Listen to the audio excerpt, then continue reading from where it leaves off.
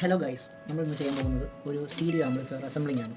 അപ്പോൾ stereo amplifier എന്ന് പറയുമ്പോഴത്തേക്കും ഇത്തിരി ഹെവിയാണ്. ഹെവി എന്ന് പറയുമ്പോഴത്തേക്കും നമുക്ക് വീട്ടിൽ യൂസ് ചെയ്യുന്ന ഒരു 100+100 റഡീസിൻ്റെ ബോർഡാണ് നമ്മൾ ഇതിലോട്ട് യൂസ് ചെയ്യുന്നത്. ഇതാണ് ബോർഡ്.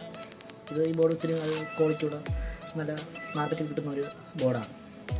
ഇതിന് കൊടുക്കാൻ വേണ്ടി മാത്രം ഒരു ട്രാൻസ്ഫോമർ 27027 ആണ്. പങ്കജിൻ്റെയാണ്. ഇത് നല്ല പെർഫോമൻസ് തരുന്ന ഒരു നല്ലൊരു ട്രാൻസ്ഫോമറാണ്. നമുക്കിതെല്ലാം വെച്ചിട്ട് ഒരു അസംബ്ലിങ് ചെയ്ത് നോക്കാം.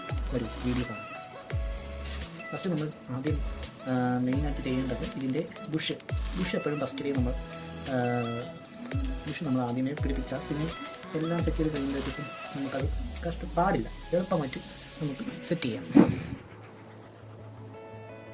അപ്പോൾ നമുക്ക് ഈ ബുഷ് ഇങ്ങനെ വെച്ച് നമ്മൾ നന്നായിട്ട് ടൈറ്റ് ചെയ്ത് വെക്കണം. 4 ബുഷുണ്ട്, 4 സൈഡിലും കറക്റ്റായിട്ടുള്ള നമുക്ക് കറക്റ്റാക്കി വയ്ക്കണം. അപ്പോൾ ഗൈസ്, ആ ബുഷ് 4 നമ്മൾ സെറ്റ് ചെയ്ത് കഴിഞ്ഞു. ഇനി അടുത്ത് ചെയ്യേണ്ടത് നമുക്ക് ബാക്ക് വശത്തിൽ സ്പീക്കറും വയ്ക്കണം. ഒരു RC സോക്കറ്റും വെച്ച് നമുക്കൊരു ഫാൻ ഫിറ്റ് ചെയ്ത് വയ്ക്കണം. ഇതെല്ലാം കഴിഞ്ഞതിന് ശേഷം മാത്രം ബാക്കി വയറിങ് കാര്യങ്ങൾ ചെയ്യണം. ഇനി നമ്മൾ ഫിറ്റ് ചെയ്യാനുള്ളതെന്ന് വെച്ചാൽ ഫാൻ.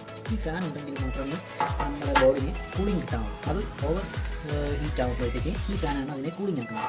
നമ്മൾ ഈ ഫാൻ എന്തായാലും ഏത് അസംബ്ലിങ് ചെയ്താലും അതിനകത്ത് ഇത് വയ്ക്കണം. മൊത്തത്തിട്ട് വരുന്ന ആംപ്ലിഫയർക്കെല്ലാം ഒരു മക്കായിട്ട് വയ്ക്കേണ്ടതുണ്ട്. നമുക്കിത് കറക്റ്റായിട്ടുള്ള ചെയ്യാൻ പറ്റും. കൂൾ ചെയ്ത് വെക്കാം. എല്ലാം ഈസിയാണ്. ഈ സ്ക്രൂ ഇടുമ്പോഴത്തേക്കും എപ്പോഴും വാഷെടുത്ത് ഇടുന്നതാണ് ഏറ്റവും ബെറ്റർ. ചെയ്താൽ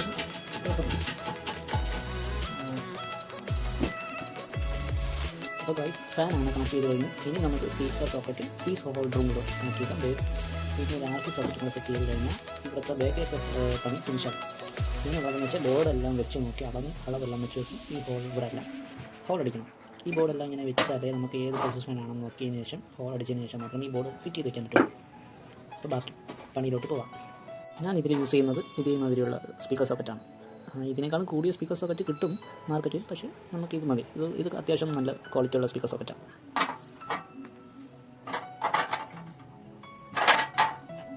അപ്പം ഗൈസ്, സ്പീക്കർ സോക്കറ്റ് നമ്മൾ അത് കണക്ട് ചെയ്ത് കഴിഞ്ഞു. ഇനി ഇവിടെ ഒരു AC-ക്ക് ഒരു ഹോൾഡറുണ്ട്, പിന്നെ ഒരു AC ഫ്യൂസ് ഉണ്ട്. ഇവിടെ ഒരു AC-ക്ക് പോകുന്ന വയർ പോകുന്നതിൻ്റെ അവിടെ ഇതേമാതിരി ഒരു റബ്ബർ ബുഷ് ഉണ്ട്. ഇതിനകത്ത് ഫിറ്റ് ചെയ്യണം. അത് കഴിഞ്ഞതിന് ശേഷം നമുക്ക് AC-ക്കകത്ത് ഫിറ്റ് ചെയ്യണം. ഇത് രണ്ടും കൂടെ കഴിഞ്ഞിട്ടാണ് RC സോക്കറ്റ്. ഹലോ ഗൈസ്, അപ്പോൾ ഇതാണ് ഫീസ് ഹോൾഡർ. ഈ ഫീസ് ഹോൾഡർ ഇവിടെ നിന്നിട്ട് നമുക്ക് ഇങ്ങനെ വെച്ച് കൊടുത്താൽ കണക്റ്റഡാണ്. നമുക്ക് അടിയിൽ നെറ്റുണ്ട്, അത് വെച്ച് ജസ്റ്റ് ഒന്ന് പുറത്തി കൊടുത്താൽ ടൈറ്റ് ആയിട്ട് പോകാം. അങ്ങനെ നന്നായിട്ട് ടൈറ്റ് ചെയ്ത് വെച്ചാൽ വേണ്ടി ഒരു പോകാൻ ചാൻസ് ഉണ്ട്.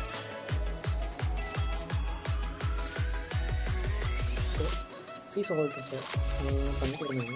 ഇനി അടുത്തത് RC സോക്കറ്റ്. ഞാനിതിൽ യൂസ് ചെയ്യാൻ പോകുന്ന ഇതാണ് ഗൈസ്. ഈ സോക്കറ്റ് സ്ക്രൂവിനെല്ലാം കിട്ടിയതിന് ശേഷം നമുക്ക് ബാക്കി പണി തുടങ്ങാം. അങ്ങനെ പണി നമ്മൾ കഴിഞ്ഞു. ഇനി നമുക്ക് ചെയ്യാനുള്ളതെന്ന് വെച്ചാൽ നമ്മൾ ബോർഡെല്ലാം വെച്ച് നോക്കി അളവ് വെച്ച് നോക്കിയിട്ട് ഇതിനൊക്കെ ഹോൾസ് അടയ്ക്കണം. അപ്പോൾ ഗൈസ്, ഇതിന് കണക്കായിട്ടുള്ള ഹോളുകൾ നമ്മൾ കഴിഞ്ഞു. ഇനി ഈ ബോർഡുകളെല്ലാം അതിനനുസരിച്ച് ഫിറ്റ് ചെയ്യാം. ഇൻകാർ സെറ്റായിട്ടുള്ള ഒരു ട്രാൻസ്ഫോമറുള്ള ഒരു നല്ല കറക്റ്റ് പൊസിഷൻ നോക്കി വേണം ഇതിനൊക്കെ ഹോൾ എടുക്കാൻ. ഇത് ഒരു ബീറ്റ് ബോർഡും കൂടെ ഇടാം. അപ്പോൾ നോക്കിയാൽ എല്ലാം കറക്റ്റ് അളവിനാണ് ഹോൾ വന്നിരിക്കുന്നത്. അപ്പോൾ നമുക്കിനി ഇത് ഫിറ്റ് ചെയ്തിട്ട് നോക്കാം. ട്രാൻസ്ഫർ ഫിറ്റ് ചെയ്ത് കഴിഞ്ഞു. ഇനി നമ്മൾ ചെയ്യേണ്ടത് ഇതിലുള്ള ബോർഡെല്ലാം ഇതിൻ്റെയും വയറിങ്. ഇനി അടുത്ത സ്റ്റെപ്പ് എന്ന് പറഞ്ഞാൽ ഇതിൻ്റെ പവർ സപ്ലൈ ബോർഡിൽ കപ്പാസിറ്റർ ഡയോഡും ഇട്ട് വയറെല്ലാം കണക്ട് ചെയ്ത് കൊടുക്കണം. അത് കഴിഞ്ഞതിന് ശേഷം ഇവിടെ ഞാൻ ഫിക്സ് ചെയ്യണം. ഇവിടെ വയറിങ് പരിപാടി കഴിഞ്ഞ് ഇവിടെ വോൾട്ടേജ് എടുത്ത് കഴിഞ്ഞാൽ പിന്നെ ഇവിടുത്തെ സ്റ്റേജ് കഴിഞ്ഞു. പിന്നെ ഉള്ളത് ഈ ബോർഡിലുള്ള ലൈന് ഇതിൽ നിന്നുള്ള വോൾട്ടേജ് കണക്ഷൻസ് എല്ലാം എടുത്തതിന് ശേഷം